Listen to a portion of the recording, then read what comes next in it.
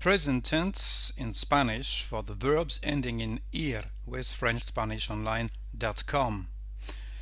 As you know, the present tense in Spanish translates, of course, the English present tense, but also, it depends on the context, the present continuous and the future. For example, with the verb vivir, vivo means I live, and also I'm leaving or I will leave, according to the context. So let's start with the regular verbs like vivir, to live. It's to translate the English I live, you live, he live, etc. So the present tense in English. First we have our endings in Spanish: o, es, e, imos, is, en.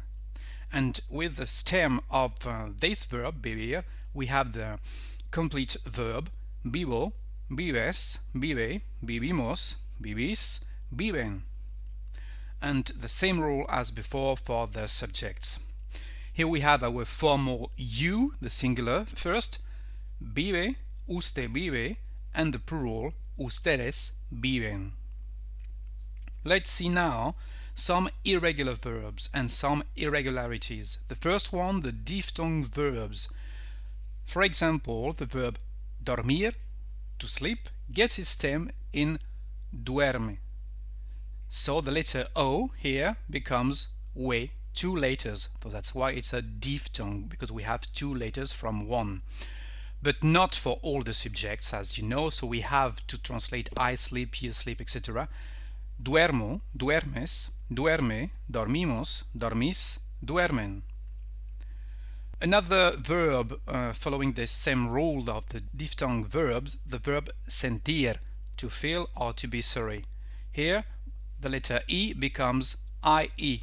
So we have siento, sientes, siente, sentimos, sentís, sienten.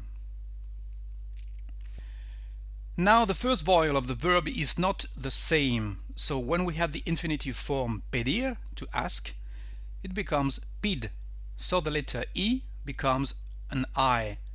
Pido, pides, pide, pedimos, pedis, piden. The same for repetir, to repeat, and seguir, to follow. So for example, repetir, we could say, following this rule, repito, repites, repite, but repetimos, repetis, and finally, repiten. A third category of irregularities here, the first singular form is not the same. For salir, to go out, we have salg. So we say here salgo, but after the verb is regular. So salgo, sales, sale, salimos, salis, salen. Decir, to say or to tell, has two irregularities: the first form and the whole verb. So we have digo, dices, dice, decimos, decis, dicen. This is the correct Spanish conjugation of the verb decir. However, in some Latin American countries, you will hear digo, decis, deci, as if it was a regular verb. Here, as you can see, there is a difference, and it's actually much easier to understand and to catch. Venir, to come, has also two irregularities, because we say vengo, and vienes, viene, venimos, venís, vienen. Again, in some Latin American countries, we say vengo, venis, veni, which is again easier. Some verbs now change a consonant. For example, the verb elegir, to choose, becomes this way. So the letter here, G, becomes a J.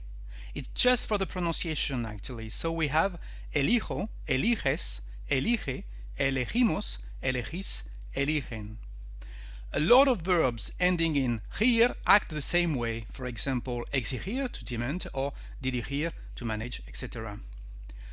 Huir is another form. Huir, to flee, to go away. So we have the letter I that becomes a Y. Huyo, huyes, huye, huimos, huis, huyen. And the same thing for construir, to build. So as you see, it's necessary to learn them actually by heart because it's difficult to guess if they are regular or not regular. The last one is an important verb because it's the verb to go. We use it a lot, especially to build the near future.